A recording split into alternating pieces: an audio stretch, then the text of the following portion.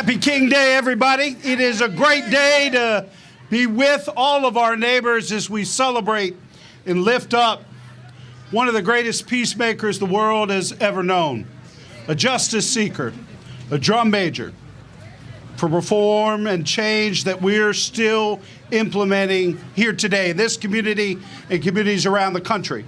So today we don't just celebrate Dr. King and all the sacrifices and the gifts that he gave us, but recommit to each other and to this community to continue to seek justice, to continue to change and reform, to make sure that everyone in this community is heard, safe, valued, and part of the bright future of this community.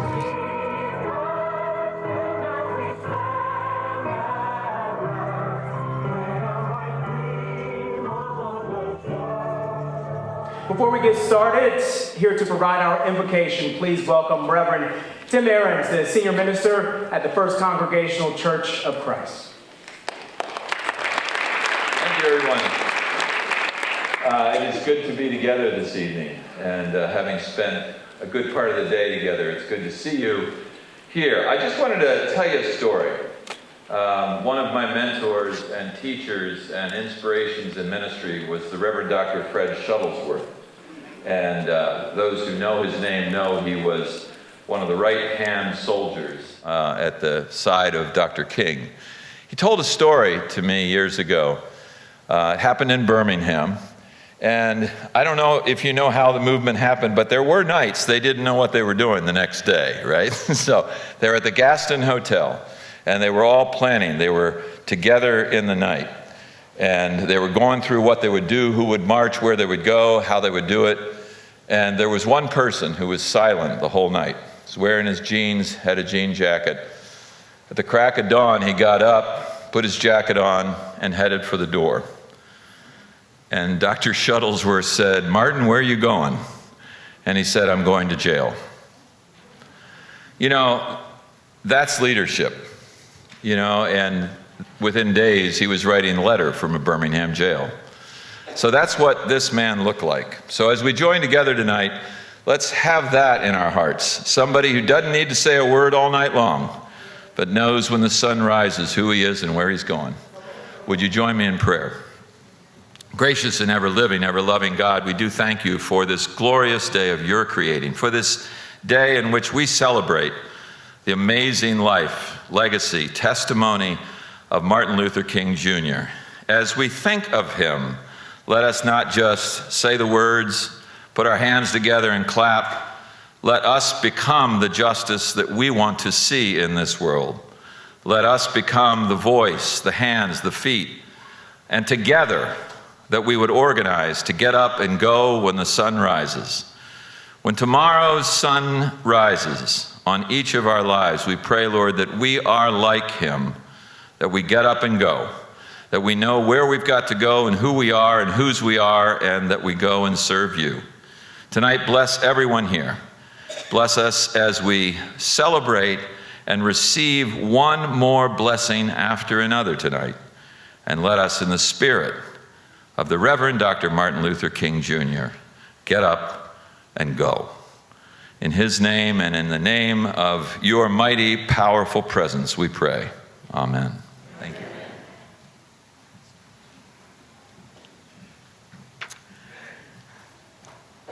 He's going to get me, but that's a good brother. And he pays for lunch. Ask me how I know. Please welcome our host from the City of Columbus, the Director of Departments and Neighborhoods, Carla Williams-Scott.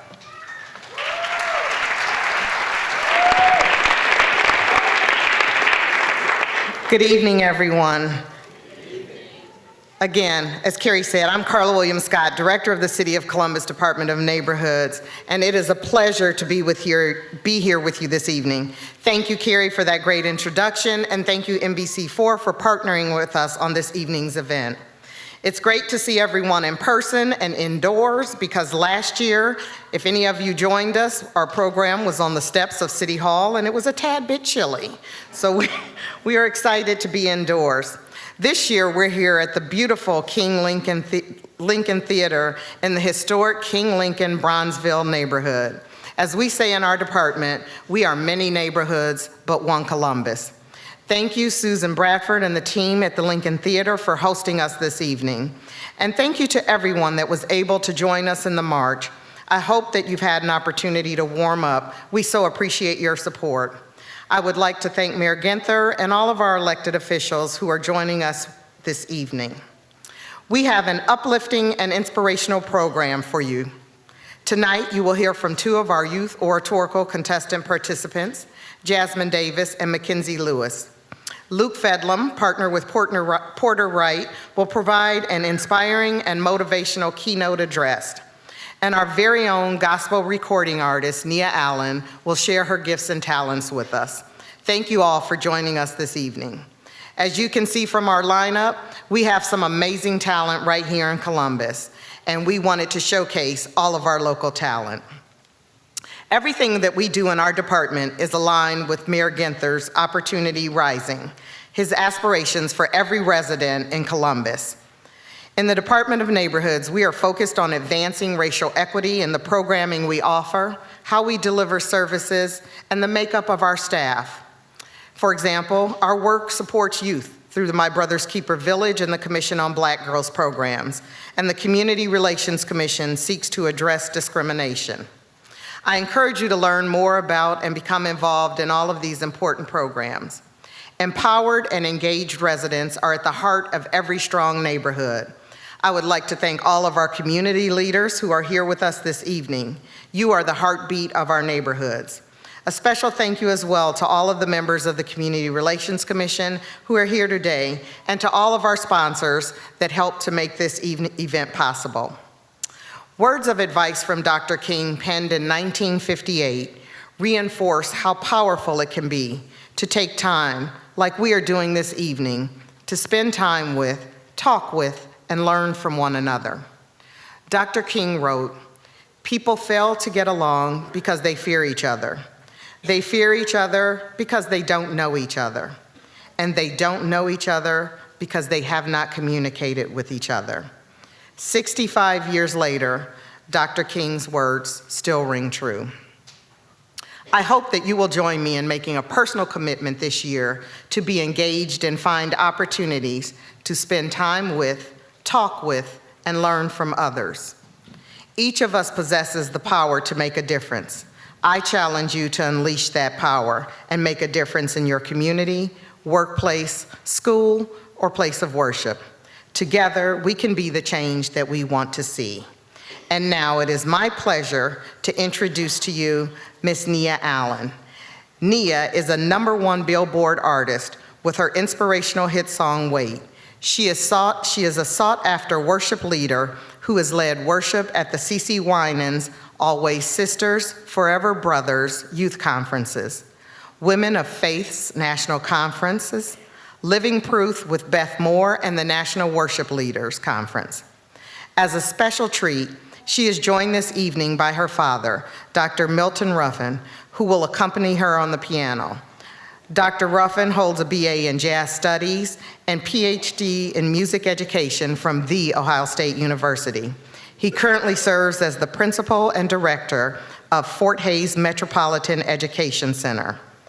Under Dr. Ruffin's leadership, Fort Hays has been designated as a school of promise by the state of Ohio and identified as one of the top 100 high schools in America by U.S. News and World Report. Please join me in welcoming Nia Allen and Dr. Ruffin to the stage.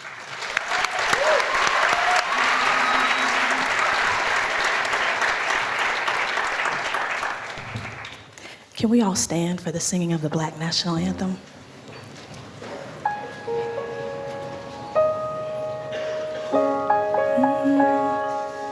Let me just say it's an honor just to be home. I consider Columbus, Ohio my home, so thank you so much for having me.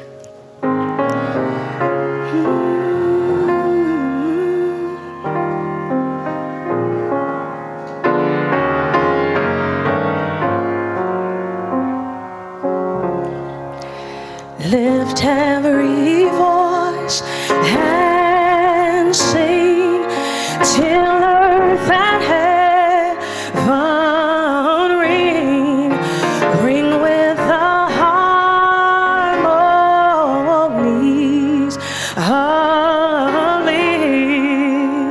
liberty, and let our rejoicing rise high as the listening skies, and let it resound loud as the rolling sea. Oh, let us sing a song full of the faith that the dark past has taught us. Oh, sing a song full of the hope that the present has brought us, and facing the rising sun of our new day begun, and let us march on till victory is won. Oh, verse 3 says, God of our wearies, and God of our silent tears, and thou who hast brought us thus far on along the way, and thou who hast by thy might led us into the light, and keep us forever in the path. Oh Lord, we pray. Oh, and lest our feet stray from the places dark where we met thee. Oh, lest our hearts, drunk with the wine of the world, we forget thee, and shadowed beneath thy hand, oh, may we forever stand true to our God, true to our native land. Oh, true to our God, true to our native land. Oh, let us march on till victory is won. Oh, is won. God bless you. Thank you. I don't know where she thinks she's going, but come on right back out here.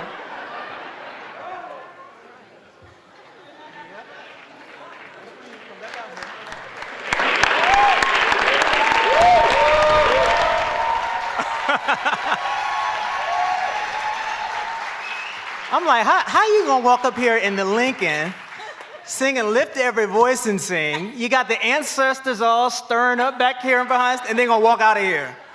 That was very beautiful. Thank you so much. Welcome home. Thank you so much. And a nod to your dad, Dr. Ruffin. I'm telling you. Whew. See, I wish I could sing. So every time I hear people sing, and then this MLK weekend always does it for me because, you know, you hear the song over and over. And then I'm humming, I can't hum, it was quiet in the back. So anyway, unless you want me to try.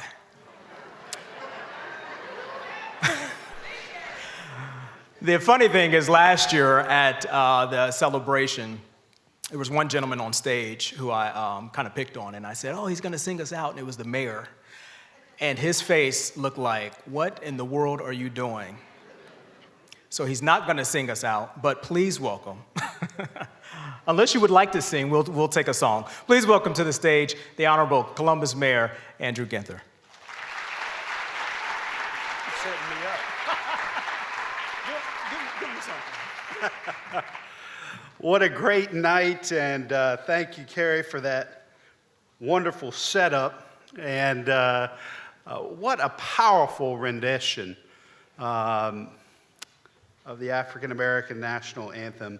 Please give it back up for Nia Allen. What an amazing gift. I hope you were moved the way I was. Happy King Day, everybody. It is good to be with you. It is good to be back in person at the historic Lincoln Theater, celebrating an incredible peacemaker, justice seeker, rabble-rouser, an activist, a changer, a reformer. Because today we don't just celebrate his life and legacy. I think it's important that we also remember there would be no Martin Luther King Jr. without Coretta Scott King and her incredible gifts, and there would be no Martin Luther King Jr. Day, no national holiday without the advocacy and the vision that Coretta Scott King to see it through and get it done. So this legacy resonates of Dr. King's as strongly now as it ever has before. We honor him, and we celebrate him through our hopes and aspirations, through our words and through our deeds. But his legacy is perhaps most vibrant when we look to our young people. And we have some amazing young people. I know the press and the media doesn't always lift them up, but we have some brilliant, brilliant young people in this community. Our future leaders, particularly those who are with us here today, Mackenzie and Jasmine, and all of the kiddos and teens out in the audience who joined us on the march. Today is about them. It's not just honoring our past and the King legacy. It's rededicating ourselves to these young people's future. The time is always right to do what is right. This includes speaking up and speaking out, using your voice to share your truth. And the earlier we all start, the better. And a little child shall lead them. That's why I take so much pride in this celebration in our city's youth oratorical contest. Representation matters. Who tells your story matters. Who we empower and how we do it absolutely matters. Some of our world's greatest wisdom has come from the youngest among us. We have a lot to learn from our young people, and they have a lot to teach. No voice should ever be absent or excluded from the conversation. Each of us has a contribution to make, and it is incumbent upon us to make room for as many voices as possible, especially if we disagree with them, especially if they are challenging us and asking tough questions and holding us accountable. That's how we celebrate and recognize the legacy of Dr. King. The philosophy lies at the heart of the tradition and the excellence we honor here today. Thank you for choosing to spend part of your day with us, and thank you for helping to bend the arc, the moral universe, more and more towards justice. And with that, I'm happy to turn it over to Carrie. Let's give it up for Carrie Charles, serving as our MC here tonight.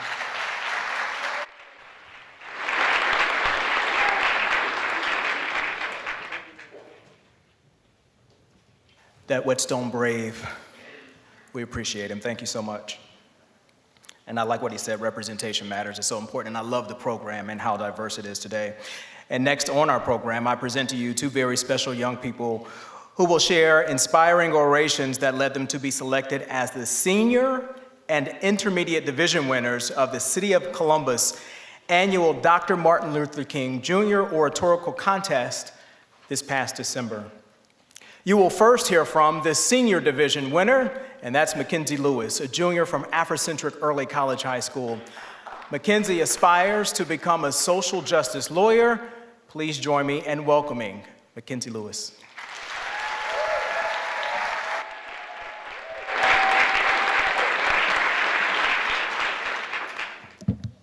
Sorry. Good afternoon, ladies and gentlemen. My name is Mackenzie Lewis. I am a student at Columbus Afrocentric, and the topic of my oration is Black Girl. Black girl, what do you see? America looking at me with hate-filled eyes and negativity. Black girl, what do they say? You are loud and wild. I'm not wasting time on you, no way. Black girl, what do you do? I suffer in silence. What else can I do? Black girl, what are you told? Speak up, it's my truth. Go ahead and be bold. Black girl, what happens when you do? I'm called disrespectful, suspended, expelled, labeled, and oh yes, they called the police on me too. Black girl, how does this make you feel? Like a zombie, wearing a smile, hiding the hurt and pain I fight from an eternal war that leaves me numb, defenseless, and unable to heal. Black girl, how do they kill you? With the names they call me and the words they use, the poisons they give me that flow through my veins to control me and to stifle my brain. My body is not pierced by bullets, but I am shot mentally. No, I don't have a knee on my neck, but I am suffocated emotionally. I am slaughtered by programs and systems that were never built for me. Every day I die, sometimes in a hail of bullets or a slow agonizing death, or I may even disappear. But there's no coverage or no protest, and don't think they're gonna come looking for you. Black girl, what have you learned? That not everybody who says they want to do for me is actually good for me. Mama says, little black girl, be careful who prays for you. You never know what their praying may do. A prayer you may think is meant for good can actually do more harm than good.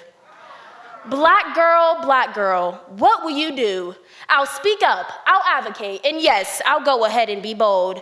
I'll continue standing on the shoulders of black girls who are now women, who have sacrificed much, so this black girl could have more opportunities, more experiences, and more examples of greatness to follow. I will say, black girl, the glass ceiling of you can't has now been shattered by black women who did.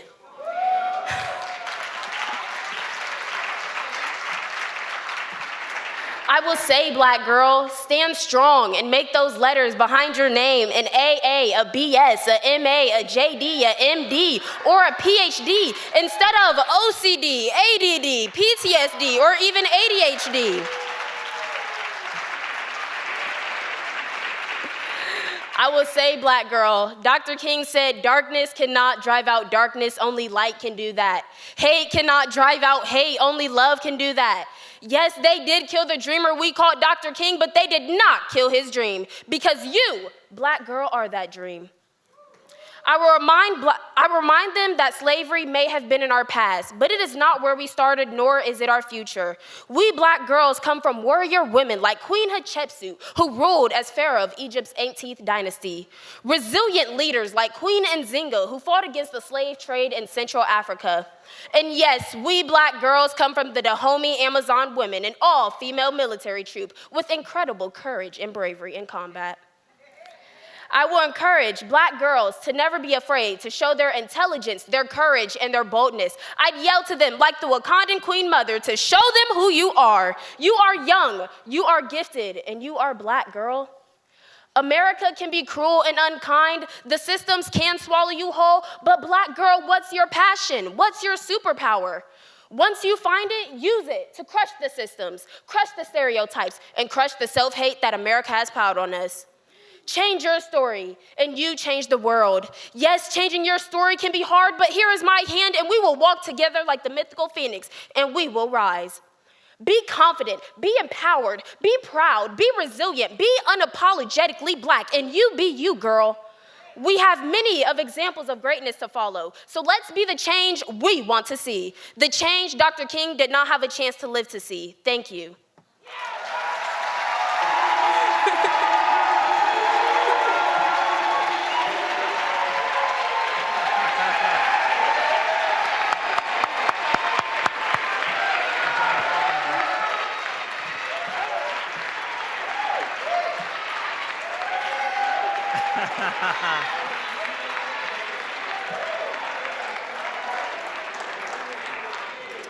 I was gonna say, you bad. All right, good stuff. Hey, so we told the audience just a moment ago that you want to be a social justice lawyer. Why? Because one, I need to help my brothers and sisters get out of jail if they're innocent or not, because in the courtroom, they're gonna think their voice doesn't matter, but I am going to be that voice for them to get them out of a situation that they were never involved in. So. Awesome, awesome, awesome. Thank you so much. Yes. Congratulations, congratulations. And she didn't know I was going to ask her that. I just wanted to hear her speak a little bit more, so thank you, Mackenzie. And next, I present to you the intermediate winner, Jasmine Davis, a fourth grader at Columbus School for Girls. Please welcome Jasmine Davis.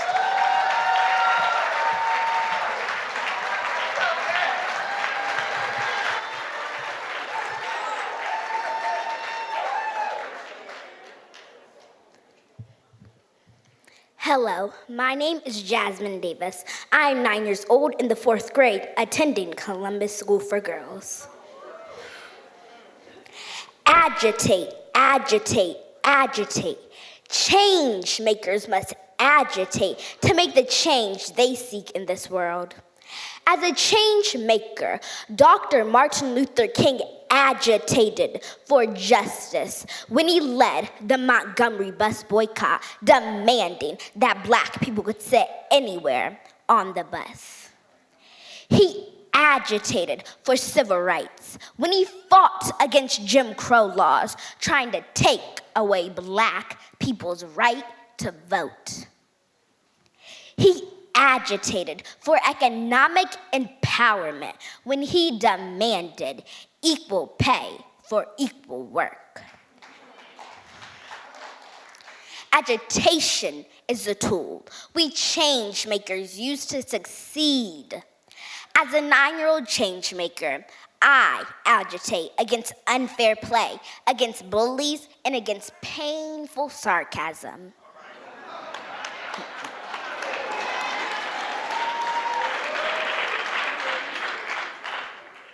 I agitate against those who try to bend the rules so that they can win the game. I agitate against bullies who try to make my friends cry. I agitate against my teacher when she uses painful sarcasm that hurts my feelings. When I get older, as a change maker, I will agitate for equal pay for women so that they have the power to speak up in the boardroom in front of men who are no longer making more money than they are, doing the same job. I will agitate for Black voices to be heard so that when George Floyd begs, he can't breathe, as a police officer's knee is on his neck, the violence will stop and a Black father can live another day to see his daughter.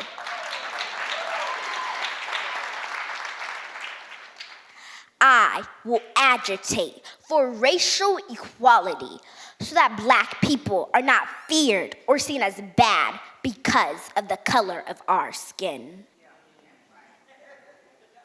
In the words of Sam Cooke, it's been a long time coming. But I know a change is gonna come. Oh yes, it will. Thank you.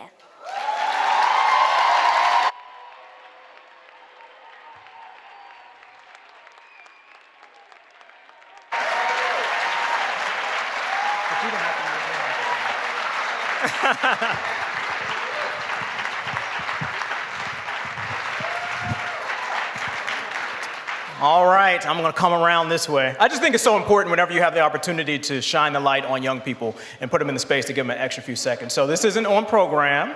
Okay. So you said you're 9 years old, is that right?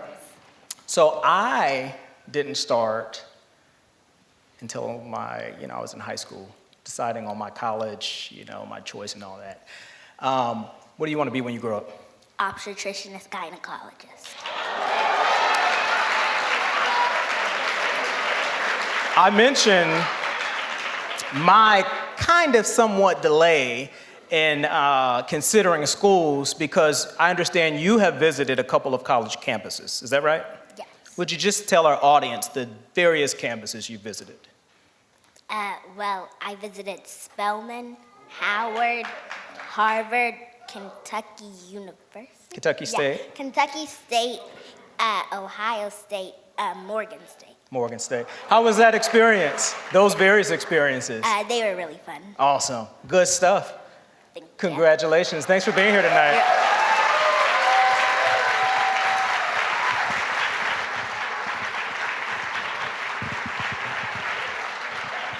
And she's so polite. When I went back earlier, she said, "Thank you for introducing me." And then she grabbed her stand, because I would have been like, "Yeah, it's a privilege for you to introduce me," and I'd have left the stand. So shout out to the parents. Shout out to the parents.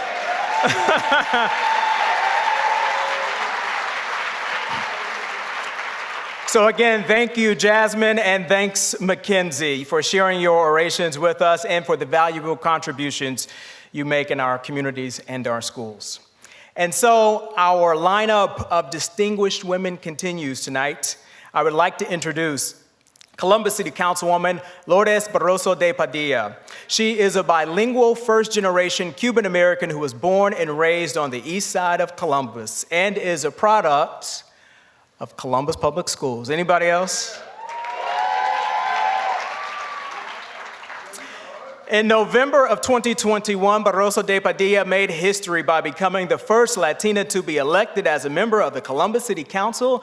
And with that, I'm going to ask that you please join me in welcoming City Councilwoman Lourdes Barroso de Padilla.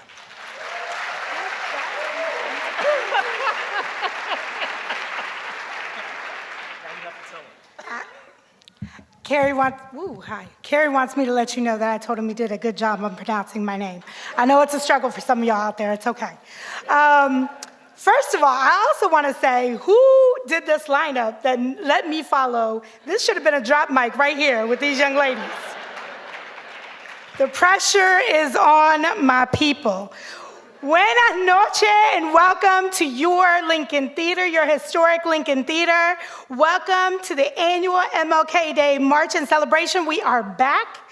I have the pleasure and the honor of chairing the Neighborhoods and Immigrant, Migrant, and Refugee Affairs Committee at the Columbus City Council. And I want to thank and acknowledge Director Carla Williams Scott, Assistant Director Todd Diefendorfer, Gail Gray, Julia Carter, Bruce Black, Pedro Mejia, Jamie Edwards, and I did a very dangerous thing in naming people because inevitably you forget someone, so blame that on the head and not the heart. But I want to just give a shout out to this team that puts on this parade, or puts on this march and puts on this program every year with love and intention. Can y'all give them a little round of applause, please? And I know there's some crews rolling deep in here, so I would be remiss if I didn't shout out my crew. So I want to acknowledge my Columbus City Council members that are also here today. It's hard for me to see you, but I think these are the folks who are in the house. Council President Shannon Hardin, Council Member Emmanuel Remy, Council Member Rob Dorns, Council Member Nick Bankson, and my colleague, holding it down on the Women's Caucus, Council Member Shayla Favor.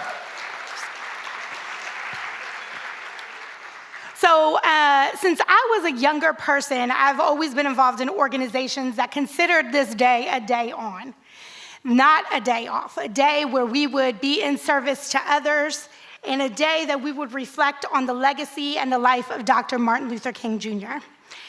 And I was inspired this morning as I heard from our young people, I heard from people who knew and worked with Dr. King, and it made me think about what I wanted to share with you tonight. And I have to think about the days and the life and the times that we're living in. And it made me wonder what Dr. King would think about our progress today. Almost 60 years after fighting for voting rights, here we are, still fighting, and protecting the right to vote. Women and people are still fighting for control over our own bodies. We're struggling to close a wage gap between women and white men that has only increased by less than a quarter since the 1970s. We continue to fight for the right to marriage and identity. And I wonder what he would think about how we as a country treat people seeking shelter, people from down the street, people from around the corner, or people like my family from other parts of the world. Or I wonder what he would think about the fact that in 2023, Black and brown people still do not feel safe in America. But I'm reminded, as I look at this audience today, and I looked at the folks who marched side by side with us right outside of this theater,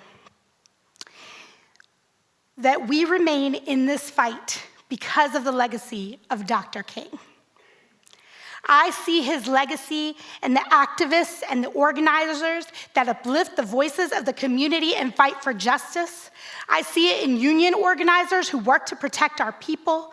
I see it in mothers who lose their babies much too soon, and they turn their grief into action in only the way that women can, and they mobilize communities in powerful ways.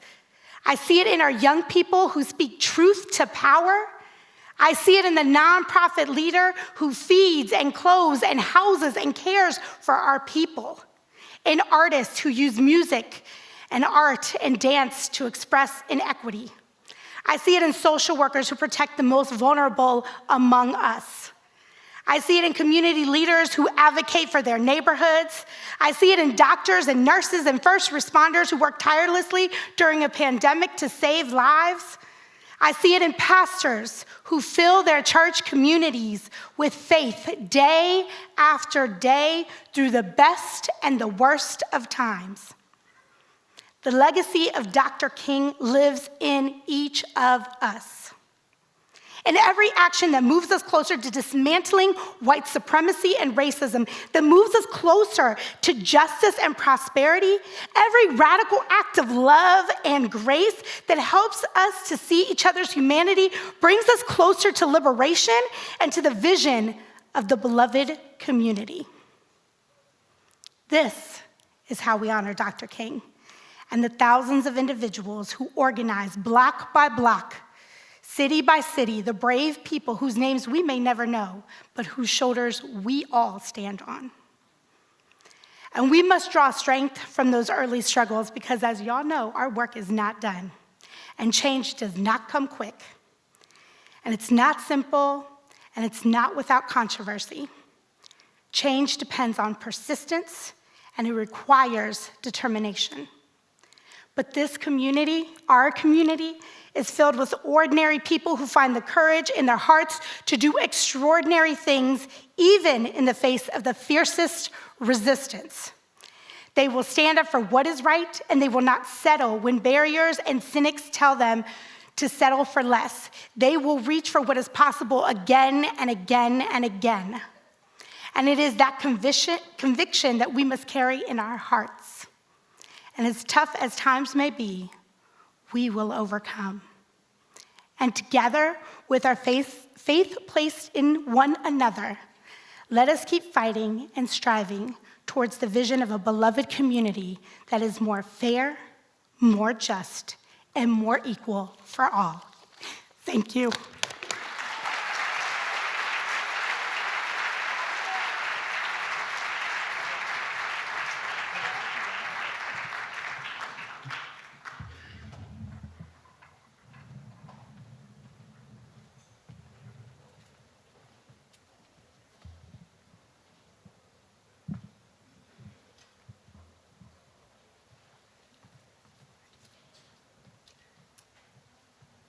We were told the brother needed some light.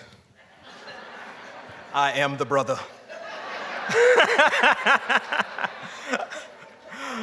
Awesome, awesome, awesome. And thank you to the councilwoman. Can't take me anywhere, I get it. I would like to now welcome back to the stage Nia Allen to perform her award-winning single that she wrote with her father. It's called Wait.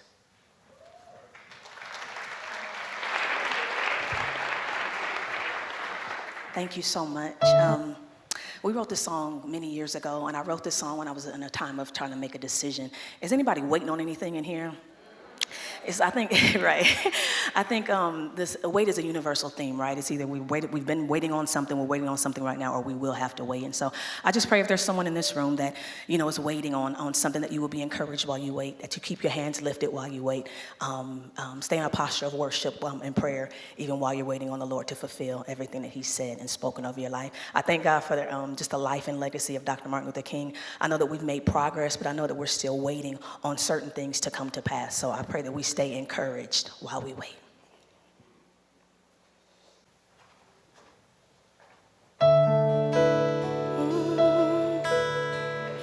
Help us to wait on you. Oh Lord, we need you. Oh God, we need you. I'm gonna wait until I hear from you. I'll wait for you to see me through. Abide in your word and know it's true. Stand still till you tell me to move, Lord. I'll wait until I hear from you. Help me to wait for you to see me through. Abide in your word and know it's the truth. Stand still and wait until I hear from you, Lord. Oh, help me to wait on you patiently, and Lord, oh, help me to seek your face while I'm waiting. You said in your word, be anxious for not one thing, so we'll continue serving you. Yes, we'll continue praising you while we wait until we hear from you. We'll wait for you to see us through. Oh, abide in your word and know it's true. Stand still till you tell us to move, Lord. We'll wait until we hear from you, Lord. We need you for you to see us through. Oh, abide in your word and know it's the truth. Oh Lord, I need you. Oh Lord, oh help us to wait on you patiently. And Lord, oh help us to seek your face while we're waiting. You said in your word, be anxious for not one thing, so we'll continue serving you. Yes, we'll continue praising you. Oh, while we wait until we hear from you, we need you, Lord, for you to see us through. Oh, abide in your word and know it's true. Oh, Lord, we need you. Oh, help us to wait until we hear from you. Somebody may need to wait for God to tell you what to do. Oh, abide in your word and know it's the truth. Oh, until I hear a word from you, Lord, I know I need you, so I'm not gonna move. I'm not gonna move, no. Oh, Lord, help me to rest in you. I'm gonna be still, Lord, and wait until I hear from you. Somebody may need to wait for God to tell you what to do. He's calling us to seek His face. Just take some time and be still. Take the time and seek His face. Take His time while you wait. Oh, when you don't know what else to do, just wait. When you don't know what else to do, wait. Oh, His thoughts are higher, His ways are higher, His plans are better. Just wait on Him, wait on Him. Be encouraged while you wait. Just wait on Him, wait on Him.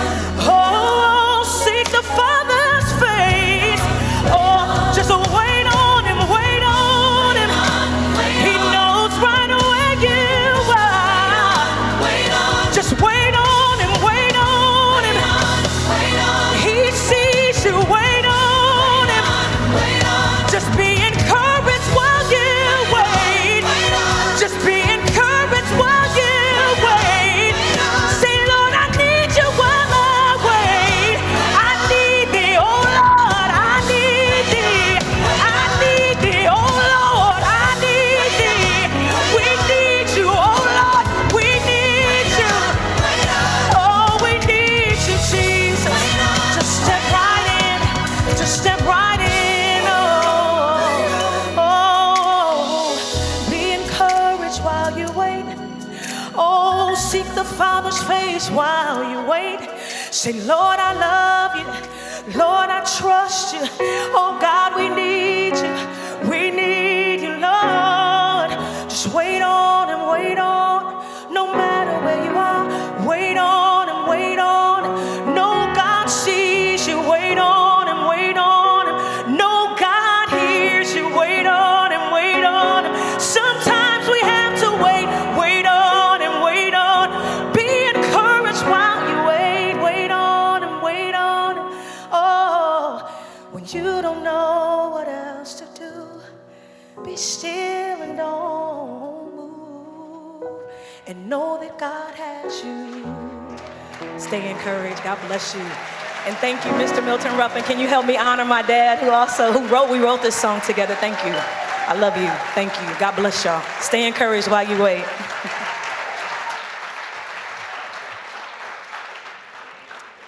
Nia was talking trash backstage, I got to tell y'all. So come on back.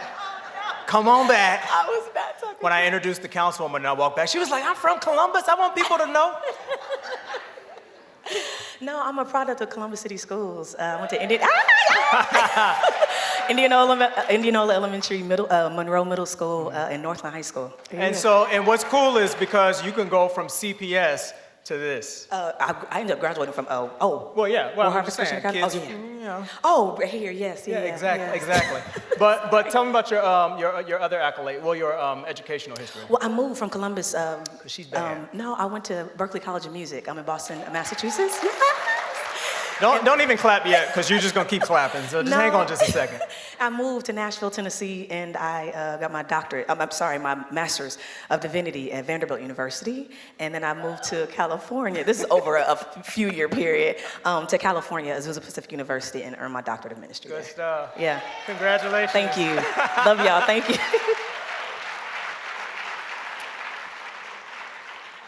We try to listen to the show, but we were cutting up a little bit in the back just a few moments ago. So thank you, Nia and Dr. Ruffin. I want to take a quick privilege here because we're going to mention a member of one of our Divine Nine organizations. I'm not going to go through every organization, but because it just takes too much time, we're right on time and all that. So thanks everybody for paying your dues and everything. But I do want to give a shout out because we are paying our dues, right? I paid mine, national dues and local dues. I want to give a shout out to the sorors of Zeta Phi Beta Sorority Incorporated. Let me do it first. Because today is their Founders Day.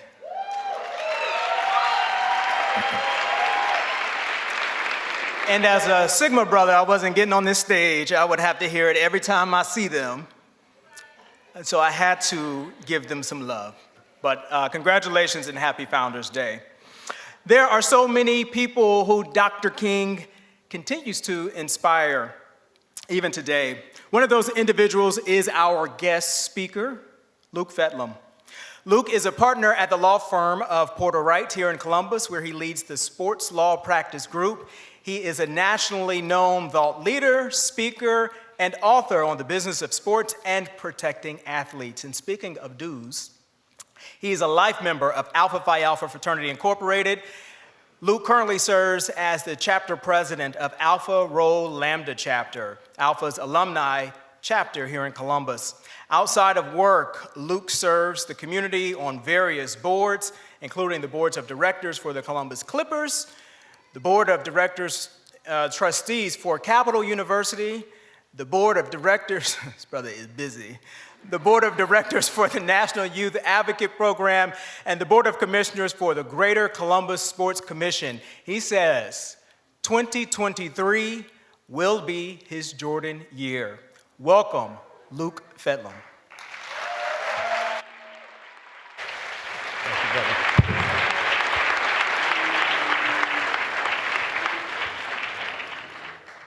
First of all, let me just say, Nia Allen, what? So good. Standing backstage, like, yes. And then I have to say, because I believe that they may be in the audience, I see one of them, Mackenzie and Jasmine. Wow. Wow. Agitate, agitate, agitate. Yes. I will tell you, I'll Our future is in good hands based on what we heard tonight. Thank you, ladies, for that. Good evening.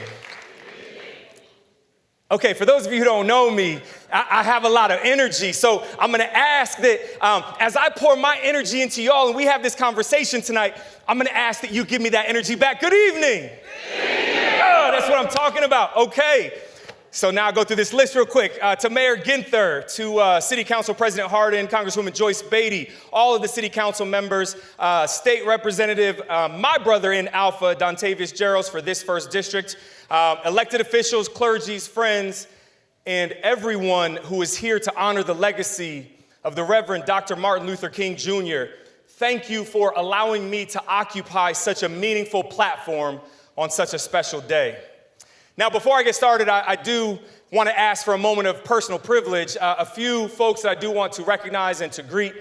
First and foremost, to the NPHC, the National Pan-Hellenic Council, as you heard earlier. Those are our Black Greek sororities and fraternities. And I know you all are here today, so if you're here, make some noise, NPHC.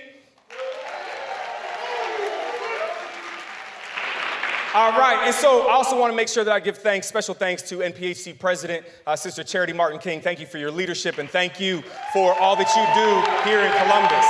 Because NPHC's fraternity and sorority life in the NPHC is about service first. And the service that's happening is happening by these organizations right here in our community every single day. So thank you all for all that you do. Now, of course, I have to, it's the NPHC, I have to make sure that I recognize my brothers in Alpha Phi Alpha Fraternity Incorporated. Thank you, brothers, for being here, and thank you for your support. Ooh, that sounds good, brothers. That sounds good. Ooh, that sounds good. Hey, thank you so much. And to all of our friends and family supporters who are watching via the live stream, I know that we have people from around the world right now watching. Thank you for tuning in to hear about what's going on in Columbus, Ohio, in the United States of America. Now, please hear me when I say this. Most importantly, I want to take a minute to just thank my family who is here in person. My wife, Janelle, my mother-in-law, Jam, my cousin, Adila, thank you for being here and thank you for your support. I will say, by the way, my mother-in-law, Jan, who I love so dearly, it is her birthday today. So happy birthday, Ma. Love you. And right now, some of y'all are thinking, he's just trying to get those brownie points. But I'm going to tell you what, I love my mother-in-law right there. So happy birthday, Ma. And finally, to my son, Alan, to my daughter, Simone, you are the realization and manifestation of Dr. King's dream. I am thankful that you are here, and I'm thankful that you can be here to support with me today.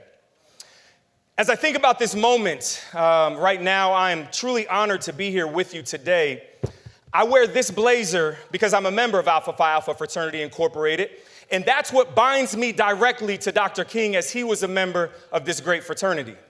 Now, if you aren't familiar with Alpha Phi Alpha, we were the first intercollegiate Black fraternity in the United States. We are the oldest, the boldest, and the coldest. We were founded on December 4th of 1906 on the campus of Cornell University in Ithaca, New York. We are focused on developing leaders. We provide service and advocacy for our communities as we promote brotherhood and academic excellence. To understand Dr. King and his commitment to serving humanity is to understand Alpha. Now, being asked to provide these keynote remarks today on Martin Luther King Day, it represents both an incredible honor, but also an incredible challenge. So much has been written, so much has been said, so much has been discussed over the years about this legendary icon of the civil rights movement that it can often leave a speaker confused, confounded, perplexed as to what direction to go when making remarks that align with Dr. King and his mission. While doing my research in preparation for today, it's interesting to note that as time goes by, our country seems to experience that same challenge of both honoring Dr. King while seemingly commodifying him and this holiday. You see, events are happening across the city, across the state, and across the country today, but yet and still there are businesses that are treating today just like another Monday back at work. There are flyers for parties that have images of Dr. King just so that they can sell some tickets. There are furniture sales as if it's Labor Day this weekend. There are so many people who have the day off who don't even understand the reason why they have the day off. This is not a day off. This is a day on, a day of service. And what I love most about this moment is that each and every one of you thought it not robbery when you decided to honor Dr. King, to come out and march on this cold January day to do something that is inextricably aligned with Dr. King. Some might say that you are nonconformists. In the word of Dr. King during a sermon in Montgomery, Alabama, entitled Transformed Nonconformist, he said the following words: "The hope of a secure and livable world lies with disciplined nonconformists." My friends, it is the nonconformists that have made history, not those who always look to see which way the majority is going to go before they make a decision, not those who are afraid to say no when everyone else is saying yes. But history has been made by those who could stand up before the crowd and not bow. The great creative insights have come from people who were in the minority. After all, it was the minority that fought for religious liberty. It was the minority that brought about freedom of scientific research. And in any cause that concerns the progress of mankind, put your faith in the nonconformist. Now, this quote is an interesting place to start our conversation today, because as time progresses and the era of Dr. King drifts further back into the rearview mirror of society, the way in which we remember Dr. King seems to become more and more of a gentle and calm remembrance. You see, Dr. King is viewed by many in a way that is defined exclusively by his nonviolent approach to effectuating change. He's remembered by being awarded the Nobel Peace Prize, by serving as a pastor, being a father, a husband, and as the years go by, the continued gentle nature of MLK seems to grow. We often think of those poetic and melodic words of motivation and love when we think of Dr. King. He was, after all, a sign of triumph during turbulent times, a voice of reason during racism, successful in a subversive society, and a victor in the midst of violence. In his most widely recognized speech on the steps of the Lincoln Memorial on August 28, 1963, Dr. King outlined his dream, his ambition, his wish for America. His dream, as he said to the crowd of more than 250,000 people, was, quote, deeply rooted in the American dream, the notion that one day this nation will rise up and live out the true meaning of its creed. We hold these truths to be self-evident, that all men are created equal. And in phrase after phrase after phrase, he continued to motivate, he continued to inspire, and he continued to drive change with his words. Now, this speech is beloved by us all, and it's cited by most when it comes to MLK Day, because it highlights the ambitions of what we can be. It stimulates that deep-seated notion of that which is good and that which is right that resides within each of us. And if it's not his I Have a Dream speech, then it's easy to quickly turn to a letter from a Birmingham jail. April 1963, Dr. King and over 50 of other protesters and civil rights leaders were arrested after leading a Good Friday demonstration as part of the Birmingham campaign. That campaign was designed to bring national attention to the brutal, racist treatment suffered by blacks in one of the most segregated cities in America, Birmingham, Alabama. For months and months, an organized boycott of the city's white-owned establishments had failed to achieve any substantive results, leaving King and others convinced that they had no other option but to march and but to protest in violation of a judge's order prohibiting public gatherings without an official permit. So while in his jail cell, someone smuggled him the cover of the newspaper on that Sunday. And that cover contained an op-ed piece that was entitled A Call for Unity.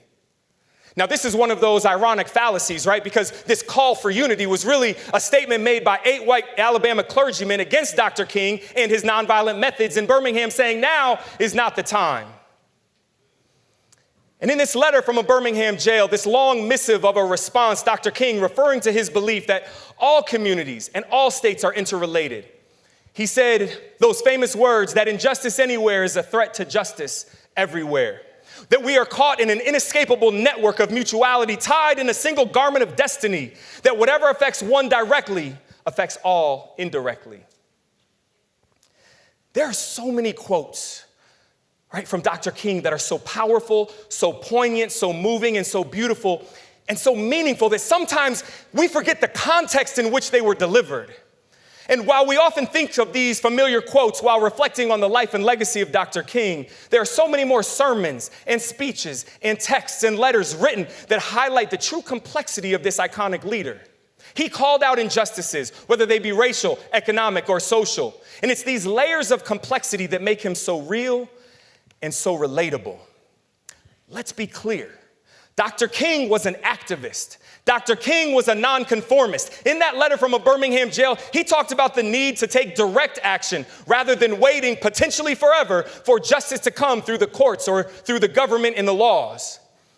This is the activist leader that pushed for a ban on nuclear weapons. He spoke out to end the Vietnam War and to lift people out of poverty through labor unions and to ensure that all people had access to health care. Dr. King challenged the status quo. He challenged us, not just white America or black America, but all of America, and not just in the 1950s and 60s, but today. One of King's more direct and some might say controversial speeches was given in 1968. It was entitled The Other America. In these remarks, Dr. King brought attention to the fact that there were, and some might say still are, two Americas. In his words, Dr. King said the following, quote, "One America is a beautiful situation. In this America, millions of people have the milk of prosperity and the honey of equality flowing before them. This is the America that's the habitat of millions of people who have food and material necessities for their body, culture and education for their minds, freedom and human dignity for their spirits. In this America," he said, "children grow up in the sunlight of opportunity." But, he continued, "there is another America, and this other America has a daily ugliness about it that transforms the buoyancy of hope into the fatigue of despair. In this other America, thousands and thousands of people walk the streets and search for jobs that do not exist." In this speech, a speech filled with an honest assessment of so many communities, Dr. King doesn't seek to make the listener feel good. He doesn't attempt to motivate and encourage and talk about the dream that could become, but rather he discusses the reality that exists. The reality that he sets forth is that with all of the opportunity in the land of the free and the home of the brave, that there is yet another reality for so many other Americans that is certainly not, as he would say, flowing with milk and honey.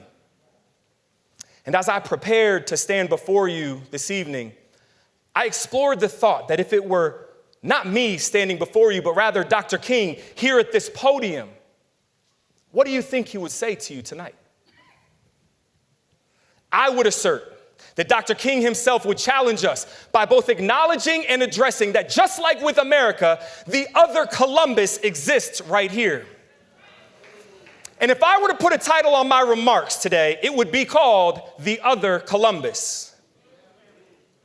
Just like King's remarks in The Other America, I would posit that we have a Columbus that is abounding with opportunity. My wife and I, like thousands of others who were not born here in Columbus, have made the capital city our home because of opportunity. The Columbus region economy boasts a highly diversified base of companies. It's the home of some of the world's most recognizable brands and innovative small businesses. It possesses some top-ranked educational and research institutions. The region is poised to receive tens of billions of dollars over the coming years because Intel made a decision to build its US-based semiconductor factories right here in Central Ohio. We have great restaurants, manageable traffic, a growing population, and opportunity for success. The homicide rate in Columbus was down 33% in 2022 over 2021. And it's important to note that here in Columbus, that's a larger decline in homicide rate than any of the other top 20 cities in America. My brothers, my sisters, yeah, give a round of applause for that. Because don't worry, you know what's coming next. But my brothers and my sisters, I tell you today that Columbus is an area that's filled with opportunity. But as much as we can tout the successes of our great city, as much as we can rattle off opportunity after opportunity and achievement after achievement, we would be failing Dr. King and failing each other in this room tonight if we didn't also address the other Columbus. So what is that other Columbus? It's a city with all of its opportunities. It has its challenges too. Over 20% of the children under the age of 5 in Columbus are living in poverty. Nearly 2,000 people in Columbus experience homelessness. As Columbus grows, affordable housing remains a significant challenge right here in Columbus. And let's be clear, our city has not been immune to the shooting of unarmed black men by the police that has similarly plagued other cities. 13% of black babies born in Columbus are born preterm. The infant mortality rate for black babies is 2.5 times that of white babies. And to some youth in our city, it is a constant challenge to have food to eat, stable and consistent education, and the ability to get home safely without experiencing the risk of violence. And despite what I said earlier, the decrease in the homicide rate, youth involvement in homicides continues to increase. 33%, 1/3 of homicide victims last year in 2022 were under the age of 21. We have challenges, my brothers and sisters, that we have to address. Now, in his 2020 State of the City address, Mayor Ginther laid out his equity agenda. And that agenda calls out racism and discrimination where it exists and his plans to address it. And he continues to focus on this equity agenda across city government. Also in 2022, Columbus City Council declared racism a public health crisis right here in the city of Columbus. Pioneers of cities across the country. And since then, they've continued to work to eradicate systems and policies that oppress and target minority groups. But let me tell you, if Dr. King were standing here today, he would say, with all due respect to our leaders, we cannot simply rely on the mayor, we cannot simply rely on city council, the government, or the courts to effectuate change. We have to be the change, brothers and sisters. We have to demand that change we want to see.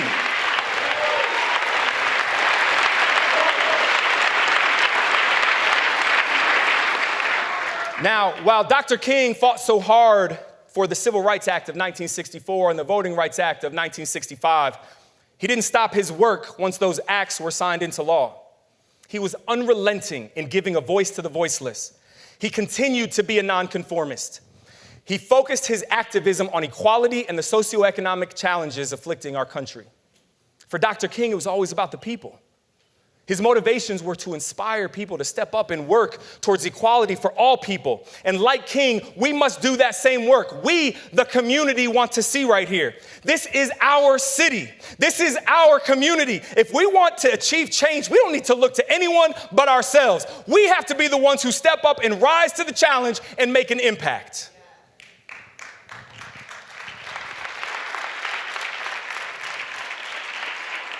Now, can I be honest with y'all for a little bit?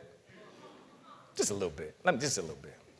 In a moment of full transparency, I am so fortunate, I'm so blessed to be an attorney, to be a partner at Porter Wright. Our offices are downtown in the Huntington Center. I'm fortunate that my office sits on the 31st floor. I get to look out west into these big windows I have in my office, and I can see over Cosi and Franklinton and West Columbus. And I'll tell you, sometimes I just sit in awe of all the opportunity that the city has afforded me and afforded my family. But I'm also challenged. I'm challenged because I know that there's more that I could be doing every single day to impact this great city. And I ask of you, when you have your quiet moments, when you reflect, what is it that you're thinking about doing? What can you do to affect change in your community, affect change in your neighborhood? Now, I know my kids are here. We heard from Jasmine and Mackenzie, and I know there are so many other kids here in the audience. What do you all think about young people? You are our future, right? How do you embody the life of Dr. King in school with your classmates? Listen, it may sound cliche, but we certainly can be the change, because Dr. King said that life's most persistent and urgent question is, what are you doing for others? We can be the ones who create what Columbus looks like into the future. Not a duality of experience or dichotomy of lived reality, but a unity of purpose, a unity of success, a unity of equitable opportunities and of equitable relations, to be able to go out and help this city live up to its calling. We can do that work. We are the ones that must hold our elected officials accountable to the work that they've promised to us, the work that they said they'll do to our community, to our youth, and for our future. Now, as I mentioned earlier, I talked about the transformed nonconformist and that sermon that Dr. King led, and that was based on Romans 12:2, where the word says, be not conformed to this world, but be transformed by the renewing of your mind. I pray that as all of us leave this space today, that we leave with a renewed mind acknowledging that the other Columbus does exist, but that together we can change that. We know that injustice anywhere is a threat to justice everywhere. And as Dr. King so loudly proclaimed, now is the time to make justice a reality for all of God's children. We, Those of us in this room, from the youngest of us to the oldest of us, with our coworkers, our families, our friends, we, brothers and sisters, we can be the change that we need to see right here in Columbus. We shall overcome this other Columbus because we know that whatever affects one of us in the other Columbus affects all of us throughout Columbus. We shall overcome this other Columbus by committing to the work that needs to be done in our committee. We shall overcome this other Columbus by holding our elected officials accountable to this important work. We shall overcome this other Columbus by being the activists and nonconformists that Dr. King encouraged us to be. We, my brothers and sisters, we shall overcome. Deep in my heart, I do believe that we shall overcome one day. And that day, my brothers and sisters, is today. Thank you very much.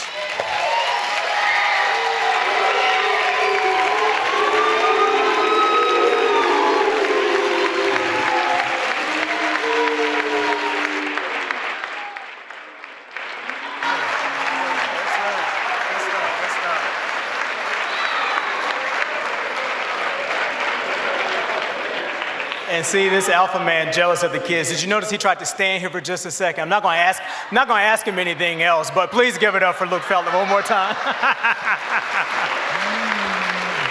Awesome, awesome. Thank you so much for all of that energy and that inspirational message. And yes, it takes all of us to get involved.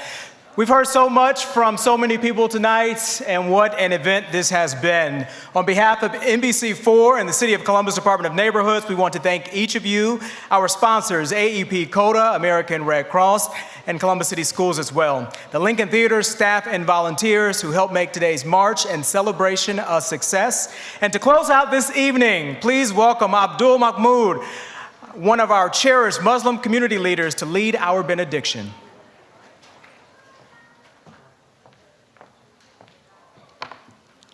Good afternoon.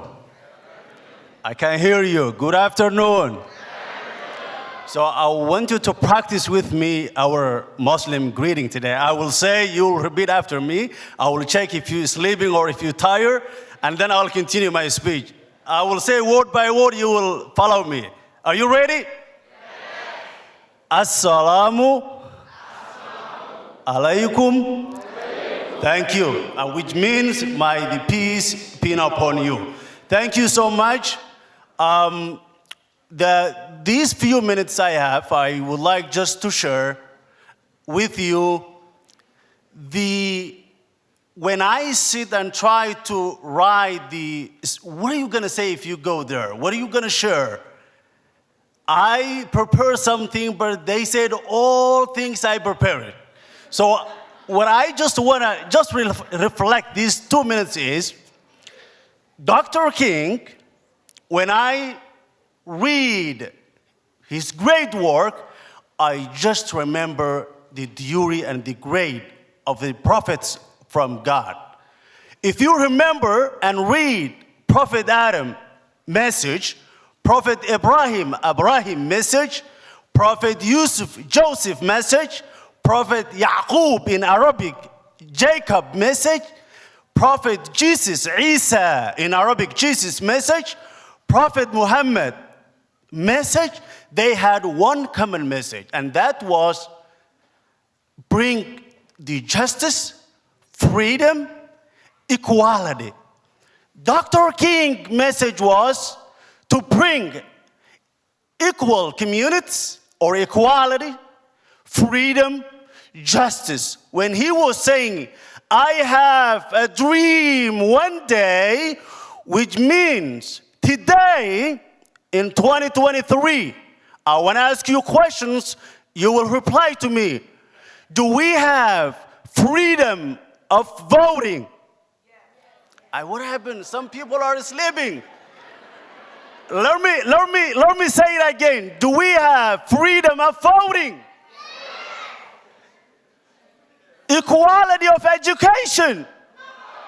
Oh my Lord, we have to work hard on that.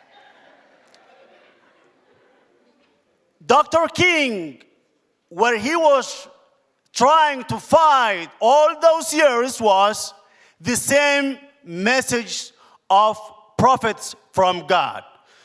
There were same messages. Us, what are we supposed to do? What we learned from Dr. King's, One, to never and ever tire to bring equality of education. We never and ever tire. That's why God says, La tayasu, in Arabic, which means never, never tire to bring the justice, to bring the freedom, to bring the equality, education equality, or any society equality. That's our message. Thank you. God bless you. God bless United States of America.